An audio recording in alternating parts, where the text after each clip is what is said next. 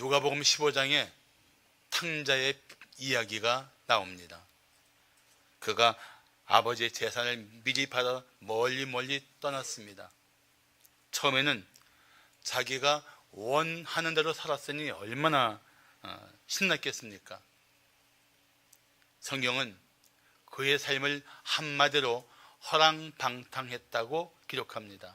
말 그대로 헛된 것에 빠져서 방황하면서 함부로 살았으니 아무리 재산이 많은들 견딜 재간이 있겠습니까?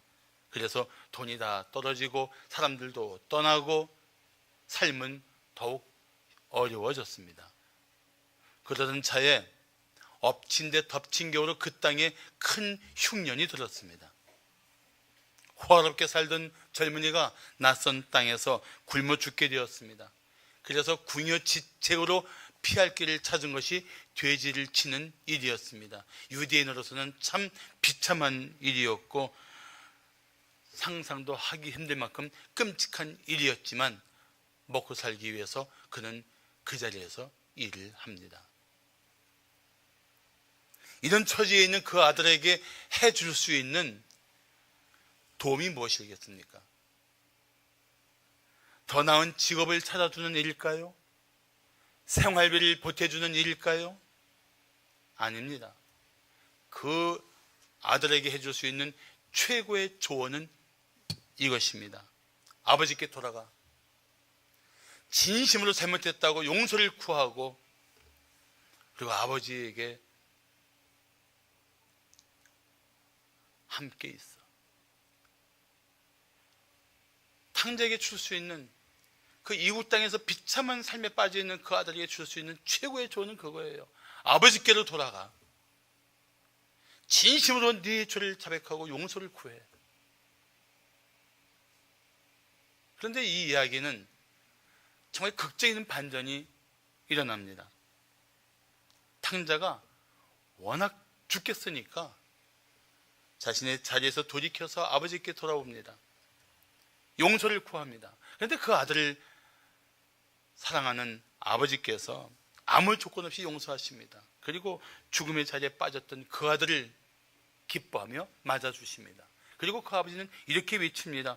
이 내 아들은 죽었다가 다시 살아났으며 내가 잃었다가 다시 얻었노라. 이번 주일 설교를 준비하면서 묵상 중에 탕자의 이야기가 계속 떠올랐습니다. 그리고 이런 생각이 들었습니다.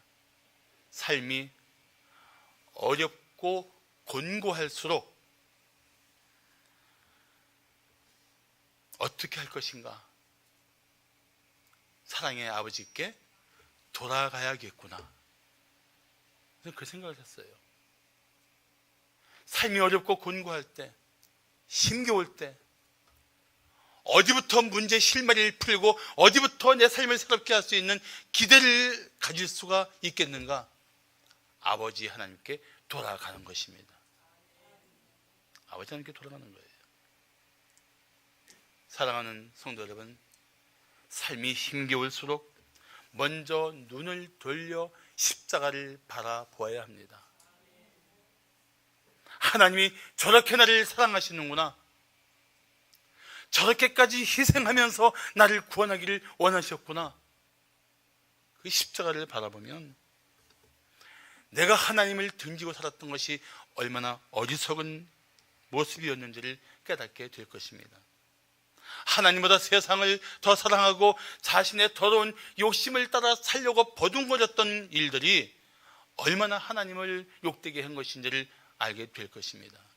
그리고 믿음을 잃어버린 채 먹고 사는 걱정에 매여 살았던 것이 얼마나 부끄러운 일인지를 다시 생각하게 될 것입니다. 삶이 어려울수록 하나님께 돌아와야 합니다.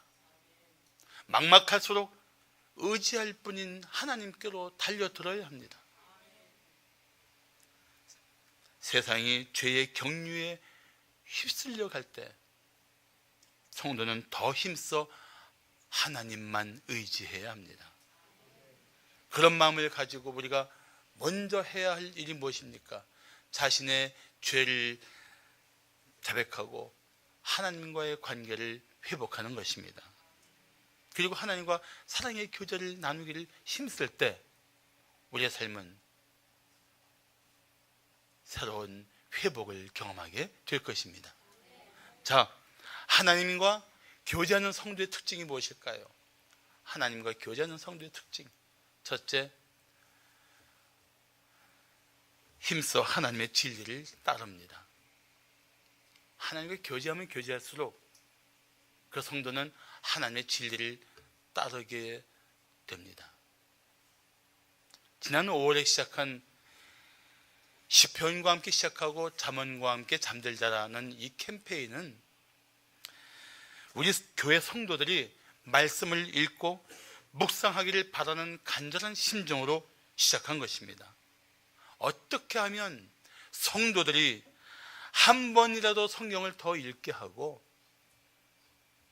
또 어떻게 하면 성도들이 하나님의 진리를 따라 살게 할 것인가 고심하며 시작한 캠페인입니다. 하나님의 말씀으로 자신의 마음과 생각을 조절하지 않으면 결국 우리는 세상의 방식을 따라가게 되어 있습니다. 육신의 욕망을 따라 살 수밖에 없습니다. 우리는 예수 그리스도를 믿고 구원받은 성도들이 아닙니까? 예수님께서 우리에게 이런 말씀을 하셨습니다. 예수께서 또 말씀하여 이르시되 나는 세상의 빛이니 나를 따르는 자는 어둠에 다니지 아니하고 생명의 빛을 얻으리라.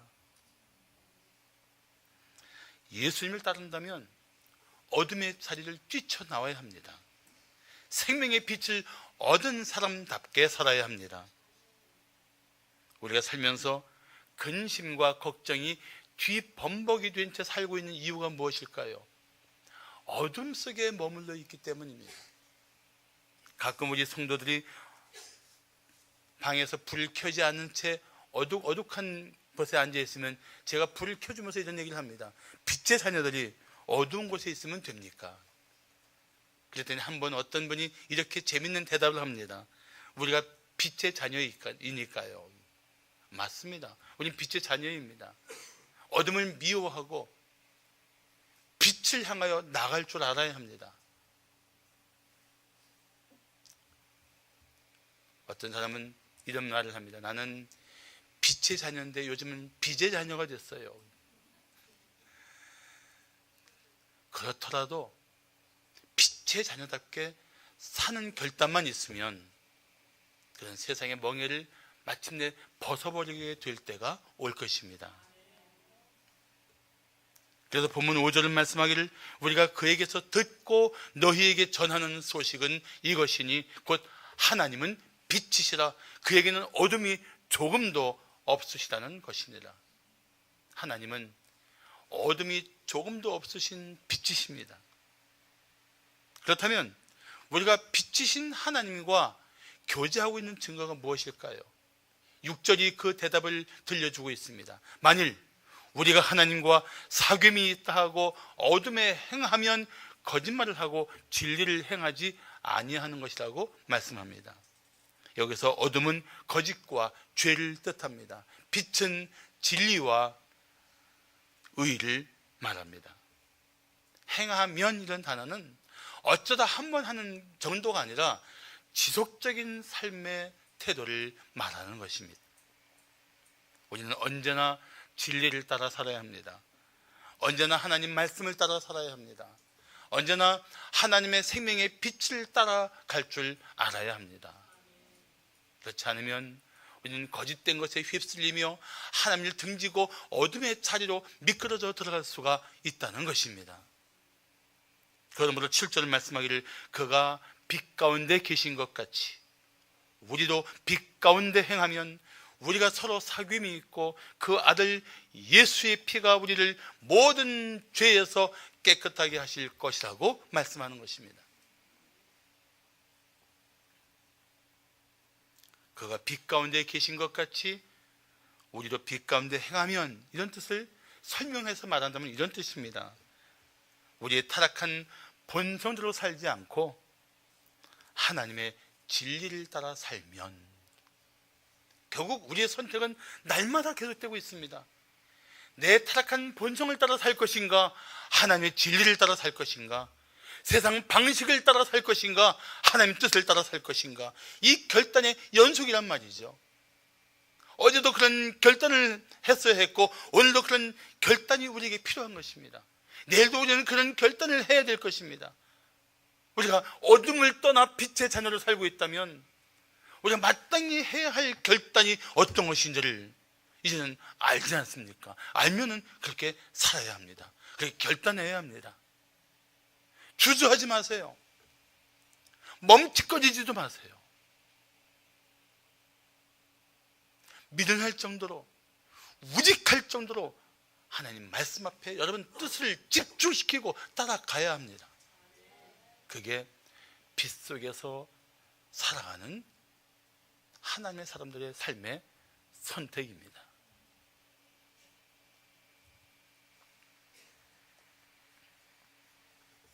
하나님 말씀 따르지 않으면 우리는 워낙 연약한 존재라서 어쩔 수 없이 자기의 생각대로 살 수밖에 없습니다.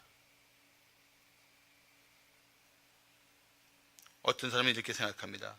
내가 생각하기에 이렇게 하는 걸 하나님이 기뻐하실 거야. 이게 언뜻 듣기에는 바른 말 같은데 사실은 그 말 속에도 위험한 요소가 있습니다. 하나님의 뜻을 알지 못하고 자기 생각대로 살 수 있는 가능성이 있기 때문에 그렇습니다. 하나님의 뜻과 상관없이 자기가 하고 싶은 대로 살면서 하나님을 기쁘시게 하는 것처럼 착각할 수 있기 때문에 그렇습니다. 예를 들어서 요한 1서 2장 9절을 보시면 빛 가운데 있다 하면서 그 형제를 미워하는 자는 지금까지 어둠에 있는 자라고 말씀하고 있습니다. 무슨 말씀입니까? 빛 가운데 있다고 하는 사람이 어떻게 형제를 미워할 수 있느냐 이런 것입니다. 형제를 미워하면서 살고 있는 것은 지금까지 어둠 속에 머물러 있다는 뜻입니다. 그 어둠의 자리를 박차고 나오려면 어떻게 해야 돼요? 형제를 미워하는 마음을 버려야 돼요. 그리고 형제를 용서하고 형제와 화해하기 위한 마음으로 뛰쳐나와야 돼요. 우리는 이런 일들에 선택적인 결단을 많이 합니다. 내 용서할 수 있으니까 용서하고 용서할 수 없으니까 이건 용서하지 않겠어. 너에 대한 미움은 내가 포기하지 않을 거야. 이런 게 우리의 본성이란 말이죠. 하나님은 그런 태도를 뭐라고 말씀한 줄 아십니까? 내가 아직 어둠 속에 있어. 어떻게 하는 말씀이에요? 그 어둠을 떨쳐버려 나오려면 미움을 박차버리고 용서를 하고 관계를 회복한 삶을 살라는 것입니다. 잘 생각해 보세요. 내가 지금 본성대로 살고 있는지, 내가 원하는 대로 살고 있는지, 아니면 하나님 말씀대로 살기를 힘쓰고 있는지 생각해 보세요. 나는 우리 성도들이라도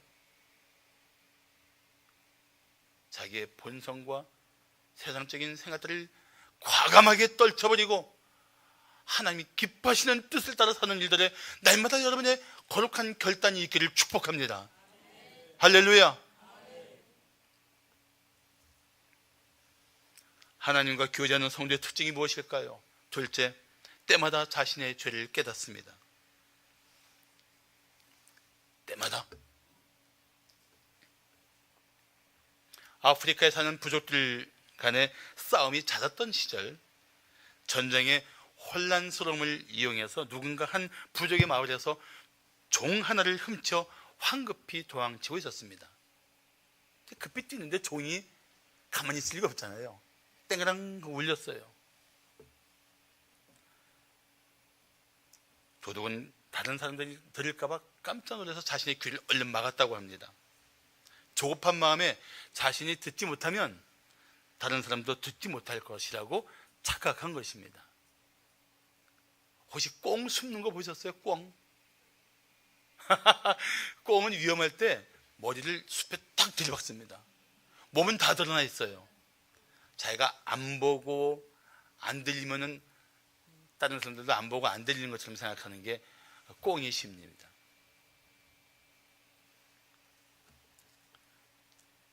사람들이 점점 자신의 죄에 대한 심각한 성찰은 잃어버린 채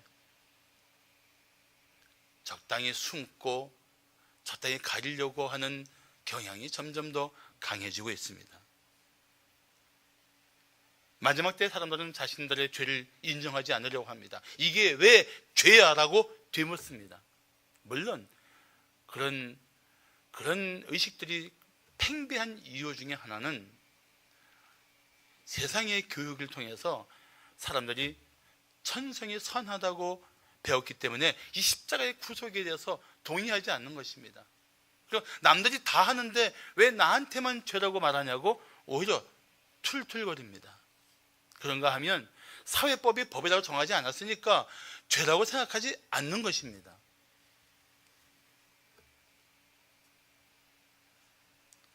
그래서 죄라는 단어 대신에 잘못, 실수, 과실 등의 단어로 대체를 해버려요.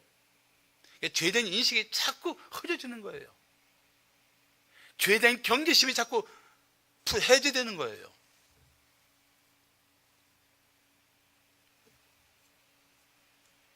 그러나 세상 사람들의 의견이나 자신의 생각보다 더 중요한 것은 하나님의 말씀입니다.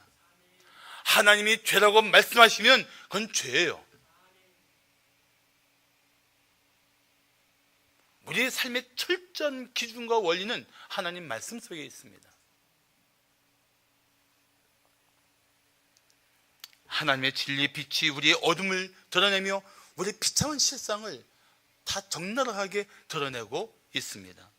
그런데도 사람들은 자신들의 죄를 인정하려고 하지 않습니다.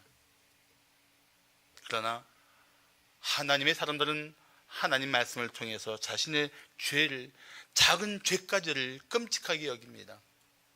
영적인 감수성이 예민해집니다. 이게 거룩한 삶을 추구하는 성도들의 특징인 것입니다.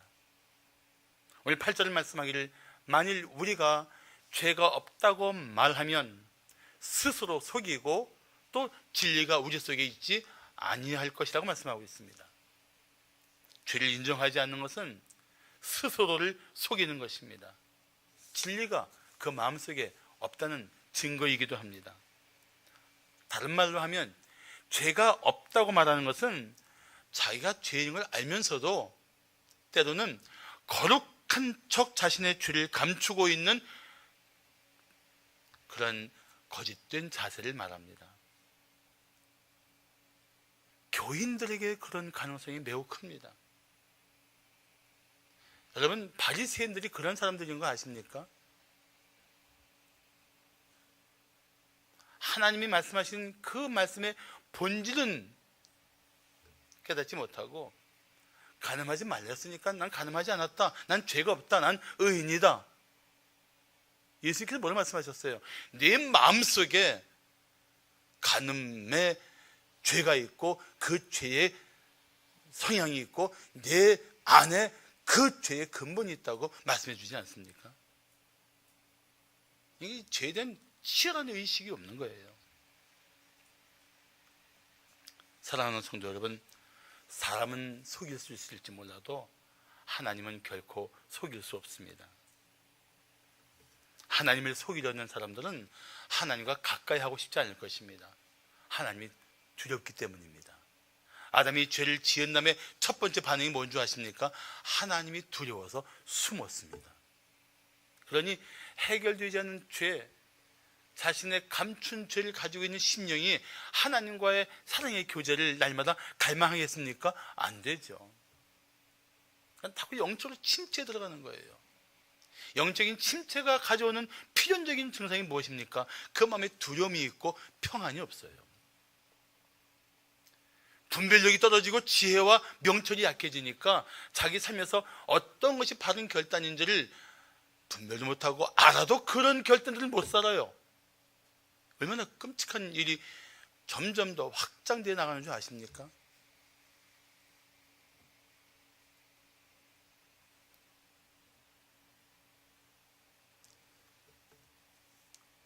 물론 그리스도인도 죄에 빠질 수가 있습니다.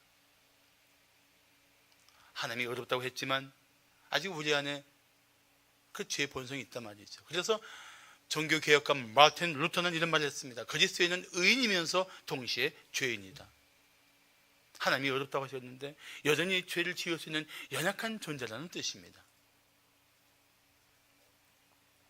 보면 10절을 말씀하기를 만일 우리가 범죄하지 아니하였다 하면 하나님을 거짓말하는 이로 만드는 것이니 또한 그의 말씀이 우리 속에 있지 아니하니라.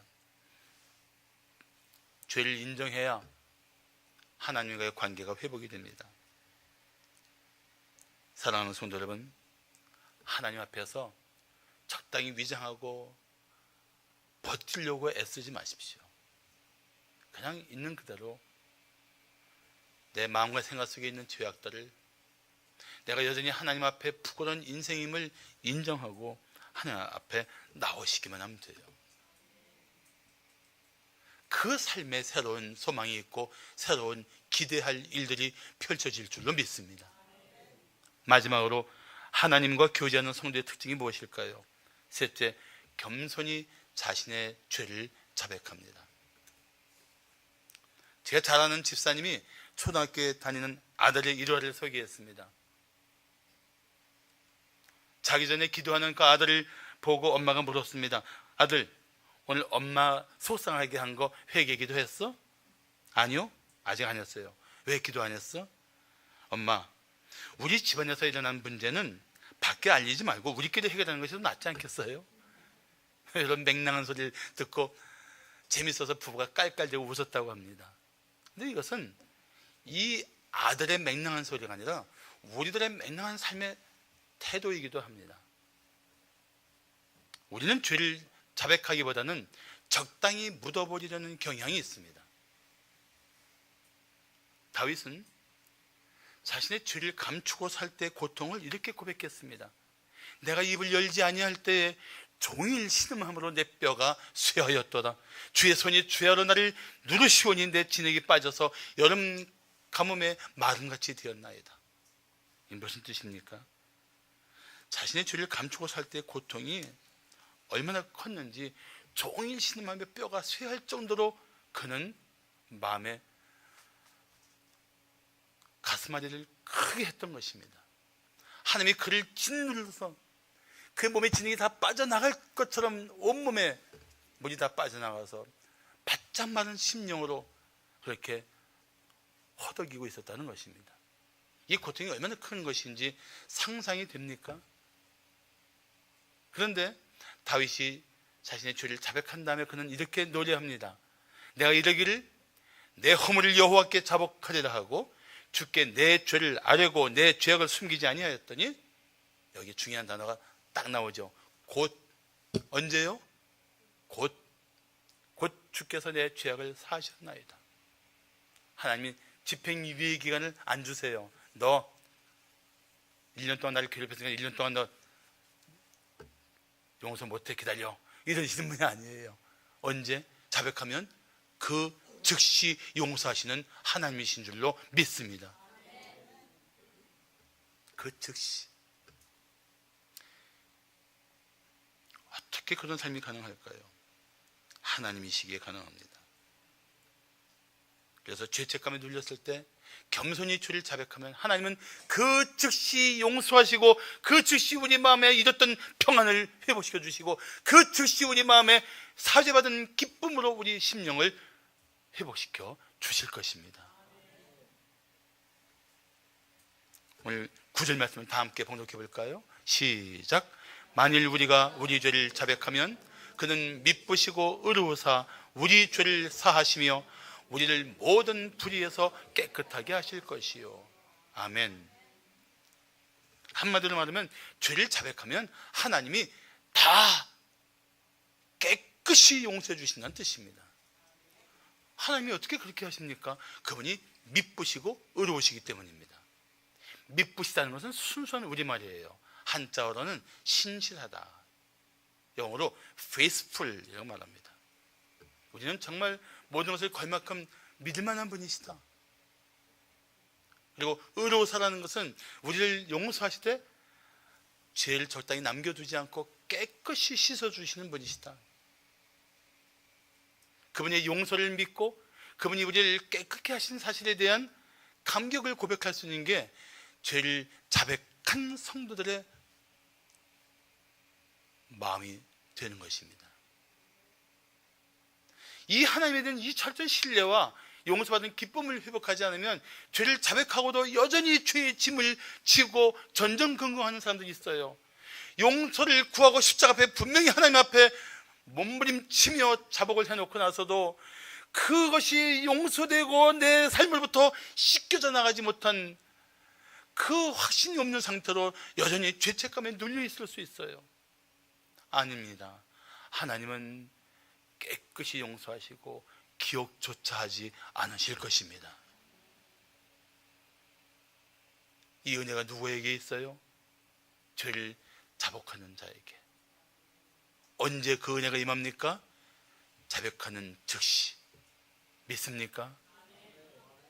나는 오늘 우리 성도들에게 이걸 원하는 거예요. 여러분, 작은 죄책감이라도 품고 있지 마세요. 나 그걸 말하고 싶은 거예요. 해결되지 않은 죄 때문에 영적인 분별력을 잃고 방황하지 말라고 말씀하고 싶은 거예요. 여러분의 모든 죄로부터 자유함을 입고 하나님 앞에 은혜를 입은 자답게 거룩한 능력으로 회복하고, 그래서 여러분 삶에 하나님이 주어주신 그 길을 믿음으로 걸어가기를 축복하고 싶은 거예요.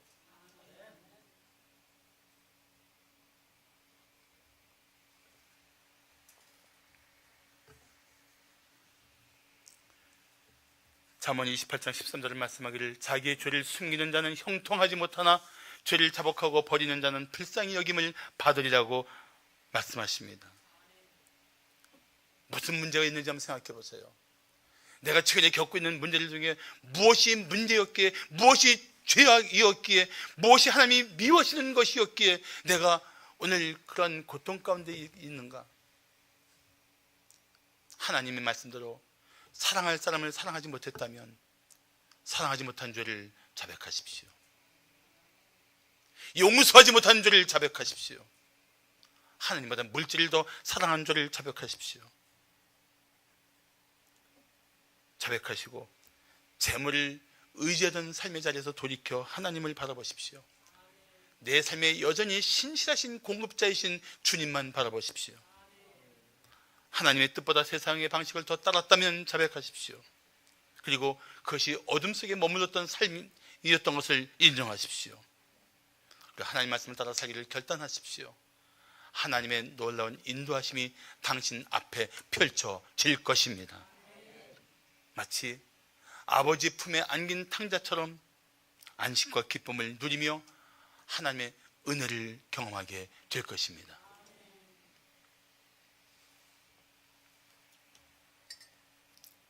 젊은 나이에 일찍 성공의 길에 들어선 영국의 변호사가 있었습니다. 어느 날 그는 영국 의사당 앞에서 매우 비중 높은 변호를 맡게 되었습니다. 그런데 그 일에 너무 큰 긴장과 부담감을 가졌던 그는 심한 스트레스를 견디지 못하고 그만 쓰러지고 말았습니다.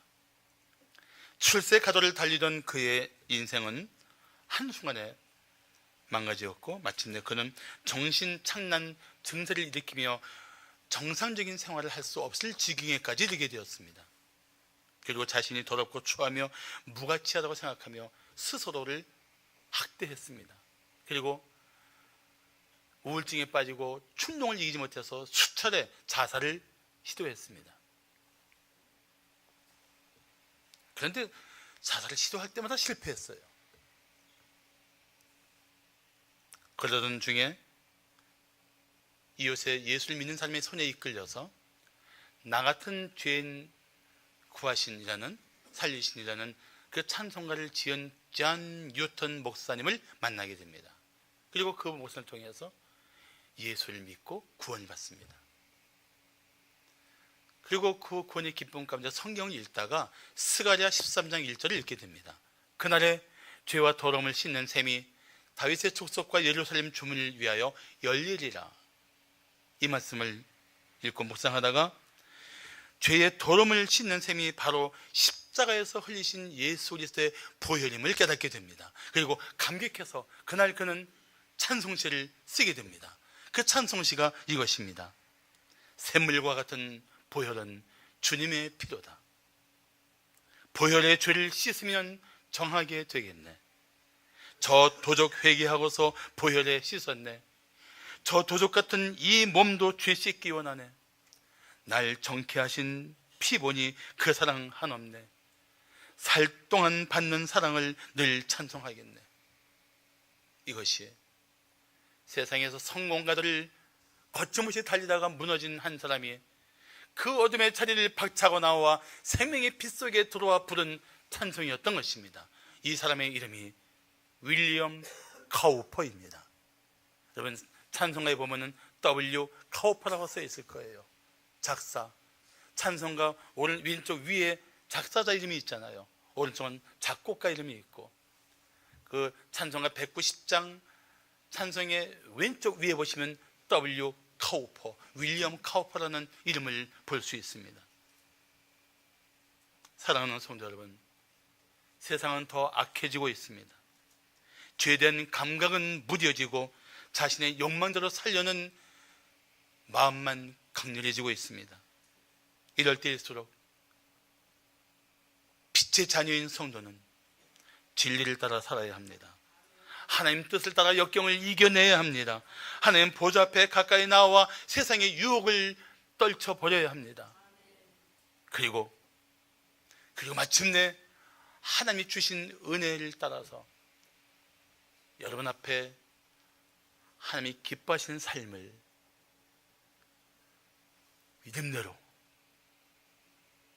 믿음대로 당당하게 걸어가야 할 것입니다.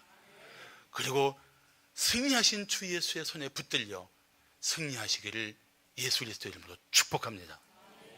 기도하시겠습니다.